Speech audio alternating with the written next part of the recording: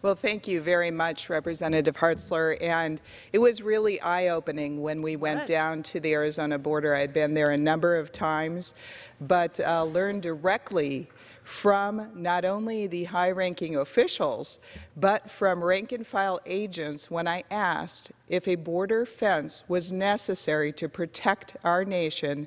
They said absolutely yes, that it's part of the problem. Or part of the solution, I'm sorry. Yes. We have a major problem. Well, today I'd like to focus on some people from Arizona, Representative Hartzler, that were killed. They were killed by illegal immigrants that came into our country illegally. So I rise today because our open borders have caused a humanitarian and security crisis. And when the Democrats say that this is a manufactured crisis, that is absolutely false. I have seen firsthand and have talked to people firsthand, we have a crisis on our southern border. Arizonans know the challenges of an unsecured border all too well. Just ask Mary Ann Mendoza, whose son Brandon, a Mesa, Arizona police officer, was killed in a head-on collision by an illegal immigrant. The illegal immigrant who killed Brandon was arrested in the 90s for burglary and assaulting a police officer. He never showed up for court and was reapprehended at the border in 2002, attempting to come back into our country. Unfortunately, a lenient judge let him stay. And because of that, this law enforcement officer was killed. Arizona border agent Brian Terry's life was taken by a group of traffickers hoping to smuggle drugs into our country. When Agent Terry and 3 other border agents tried to stop their illegal activity, they shot him. Perhaps had our border not been so porous, Agent Brian Terry would still be with us today. A rancher from Cochise County, Arizona, Robert Krentz, was killed by an illegal immigrant at home on his ranch. Unfortunately, Representative Hartzler and those of you listening, there are way too many stories just like these of innocent people getting killed by illegal immigrants. I live in a border state. I've been to the border a number of times. Most recently, I visited the United States-Mexico border in Nogales with you, where I met with Customs and Border Protection agents.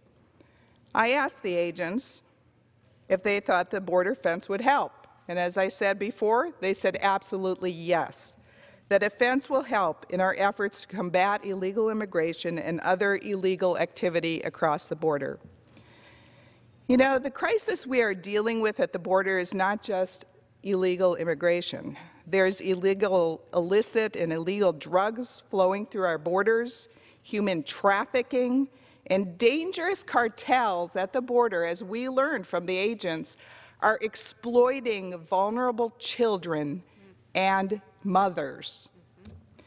In fact, according to Doctors Without Borders, more than 30% of the women who come to the southern border have been sexually assaulted in their journey. This is something it's up to Congress to fix. We need border security, and the fence is just part of the solution. We need technology like sensors and drones so we have eyes where we can't have our agents. We need more boots on the ground, and we have funded for more agents on the ground. So let's hire more agents so our resources aren't spread too thin. What we're asking for is a multifaceted approach to border security, and Democrats know this. In 2006, Democrats supported a border fence. Chuck Schumer and then Senators Barack Obama and Hillary Clinton voted to fund $52 billion for 700 miles of fencing. Now we're asking for $5.7 billion. To me and you, that's a lot of money, but it really only represents 1/10 of 1% of our spending. And, you know, on December 20th, the Republicans in the House voted to keep the government open and secure the border. Unfortunately, not one Democrat voted for the bill, and now we're in this situation where the government is shut down. And they won't come to the table. They won't negotiate. They don't have a counteroffer. I'm willing to sit down and listen to their suggestions, but they haven't brought forward any suggestions. They're refusing to negotiate and refusing to deal with this national security crisis. Well, while Democrats refuse to come to the negotiating table, our brave Border Patrol and ICE agents continue their mission of protecting our borders, even without a paycheck. We should be supporting them by giving them the tools and resources they need to do their jobs in keeping our nation safe. Instead, unfortunately, my Democrat colleagues are ignoring their public calls for border security. In fact, when Democrats repeatedly say, we're for border security, I think their talk is talk. They need to walk the walk and listen to our law enforcement that tells them what we need. And part of that is a border fence.